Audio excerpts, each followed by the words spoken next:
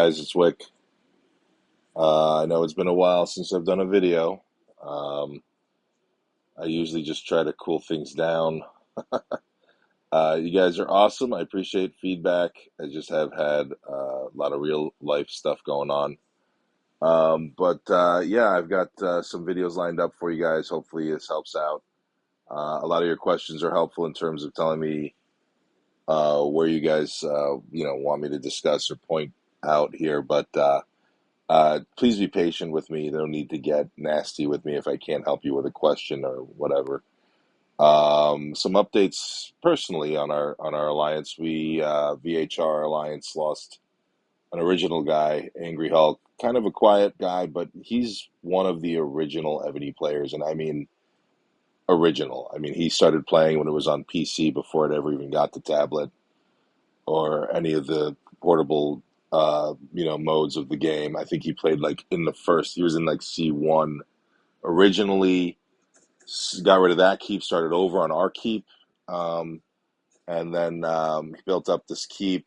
Really great, but his personal stuff, and I think his work really got in his way, so he had to take a step back for the game. But on the great that so we're gonna miss him. He was an original one. He helped us build our alliance. When he talked about battle strategy, I always listened, and I think he really like warp zoned me into thinking about battlefield strategy as a real chess match. Always had great advice. We're gonna miss him. Hulk, we hope you come back to us again soon, bud. But I don't know if you can see across all the lines. It is Ymirs right now. That's Ale and Singh. That's the King Singh. I bought the keep from Singh bought the keep from Hulk, and King Singh is back. Believe it or not, he's in VHR now. I don't know if for whatever reasons he's not playing on C2 anymore, but he's back, and it's been honestly just amazing to have a guy to just bounce ideas off of. We have incredible conversations, and it's just been fun. It's been real fun. I know he's got to get back into the game. He's starting to pick stuff up he missed. But and LA is his girlfriend. She's amazing. She's on there too. I think she's going to be filling for him when he can't make it because I know his real life has gotten crazy too. It's interesting when you're at that point of your life in the mid 30s and 40s and you're still trying to really, focus on your career and stuff. It's understandable, but again, I'm just super excited that he's part of VHR now. I think we all are. So as good news, Sing's back. One of the questions I get the most is why we don't post Battlefield videos.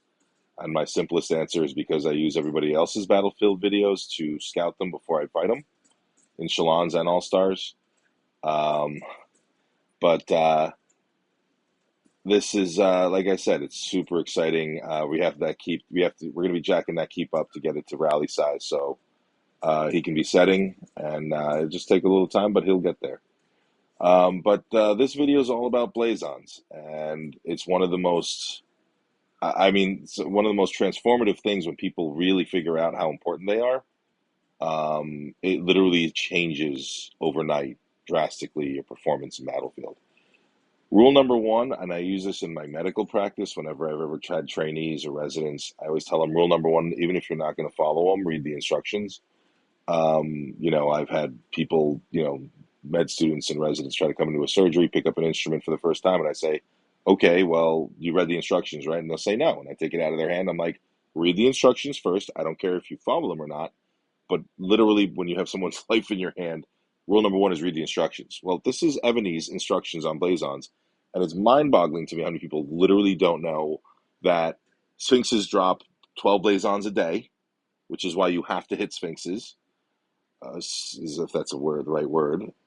Resource spots, you get one Blazon, which is why I always do one resource spot, unless you want to just spend out the nose. So, making sure that you get every single one of those Blazons from Sphinxes and getting that one from the resource spots is so key to making sure that you're not going to have to be VIP 23 before you have max Blazons. So it's just a game of time. That's the Ebony. That's the Ebony. Way is it's just pressure and time. If you're not going to coin, you're going to need time, but you have to be militant about making sure you get those 12 Blazons on weekends.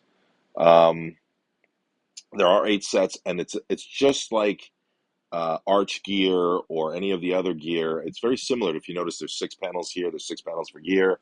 There's a set bonus, and when you get to the sixth bonus, it's the sixth set is the one with the most coveted bonus. So you don't want to be mixing and matching.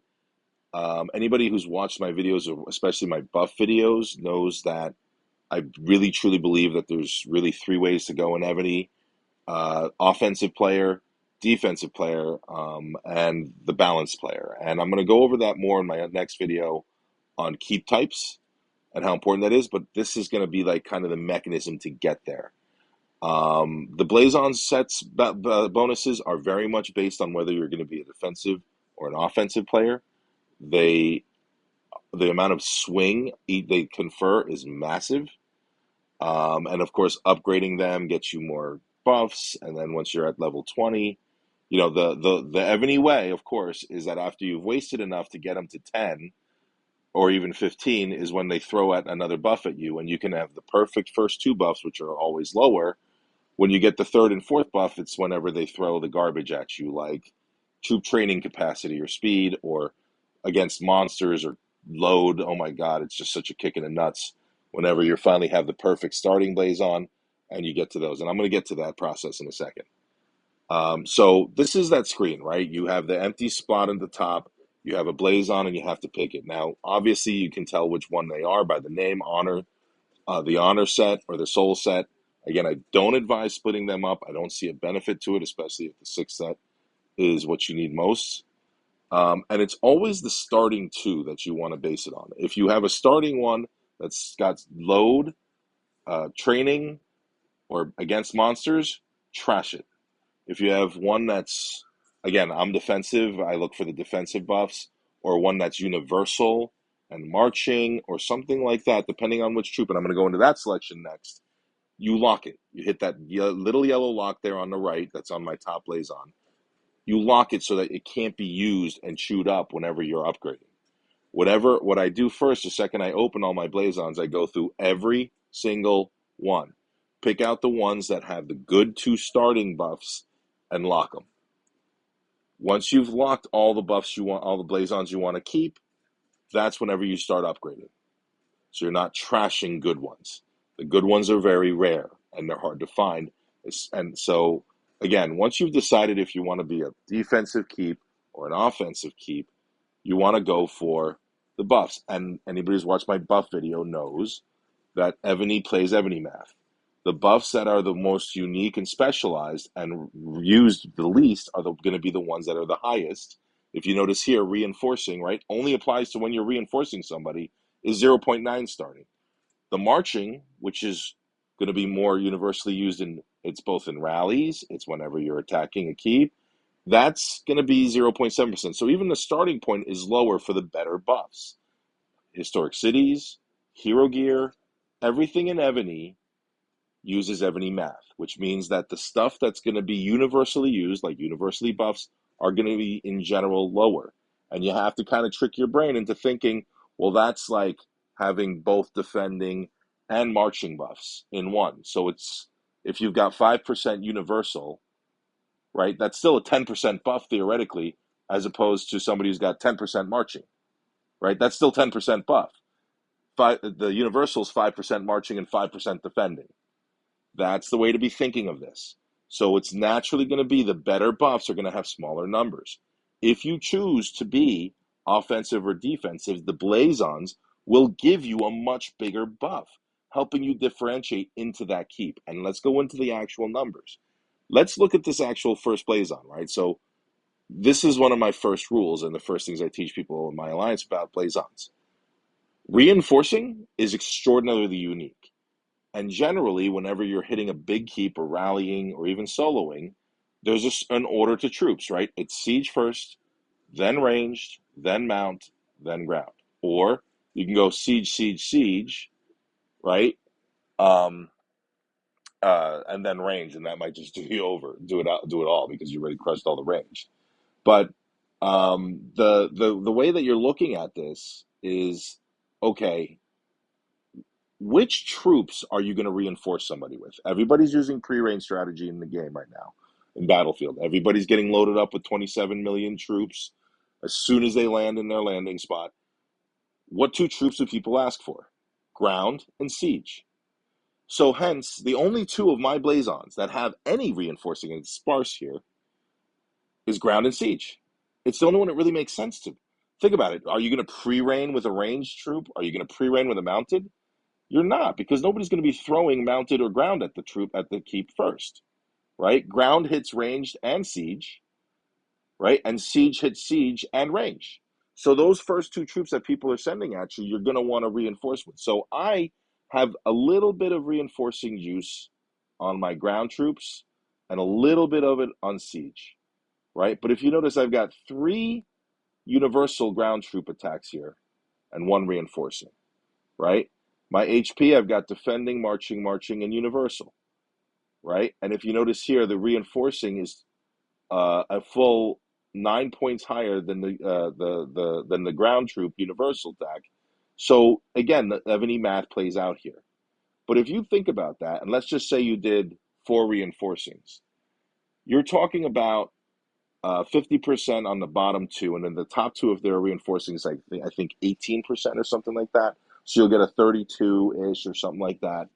And the bottom with a 45, 46.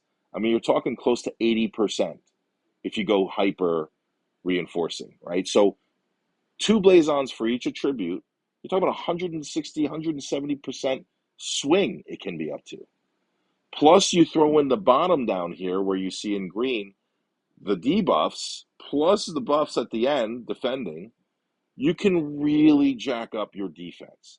And it's really why my siege defense is like 400. I think I'm up to like 600% higher on all buffs than my attacking, right? And again, that's because, and it's really important to have that defense. The defensive buffs, in my mind, are more important because they defend your whole army. And that's whenever you're taking rallies and your debuffs are on and theirs are not. So having them out buffed is important. Most of my offense nowadays is, again, mostly rallies, whereas you're hitting them with, 50, 60 million troops. A couple 100% on the debuffs is not going to make or break you. That's going to be about them having a good defense.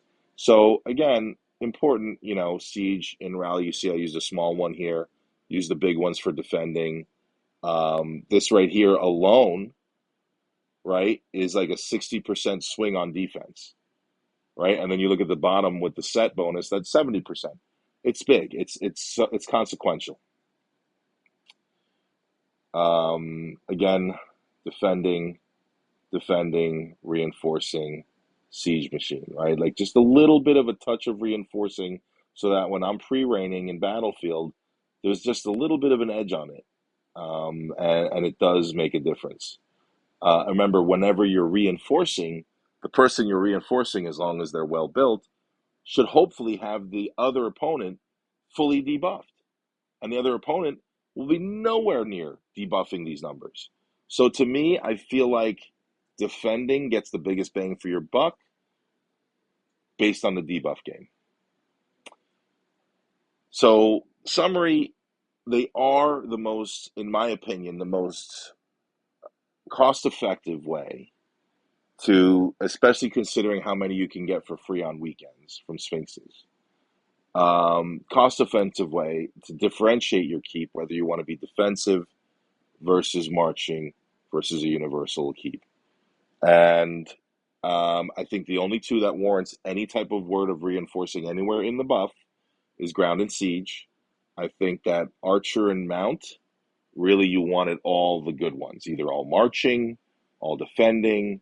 And again, another thing to think about the math is that if you are all defending, maybe not a universal in its place, maybe a marching to jack up that lack of buff on offense.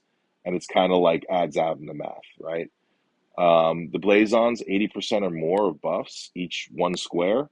The set debuffs come together, and you could be talking about a substantial percent swing in your performance. And the events always allow you, whenever you look at that, pick any one of those events that you get something, a MacGuffin, and then you got to cash it in for something. And there's Blazons there that you can choose, or Blazon chests. I always recommend you get those chests until this is maxed. Bypass the other stuff because the buffs are going to get here. Think about it. You people will spend, 400 tactic scrolls and like 380 million in gold and what kind of speed ups, like a thousand days in speed ups for a difference in like 4 or 5% buffs. Think about that versus hitting a bunch of sphinxes and then going and upgrading these things. Doesn't get much cheaper. So I can't stress enough, unless you're maxed at 20 across all four sets, get those blazons. Do not sit on them. Make sure you upgrade, and let's like I said, we'll see you on the battlefield. Hopefully this answers everything for you guys. If you have any more questions on this, see me on Discord. If it's a good question, please. If I don't get back to you right away, it's probably because I'm in the middle of operating on somebody.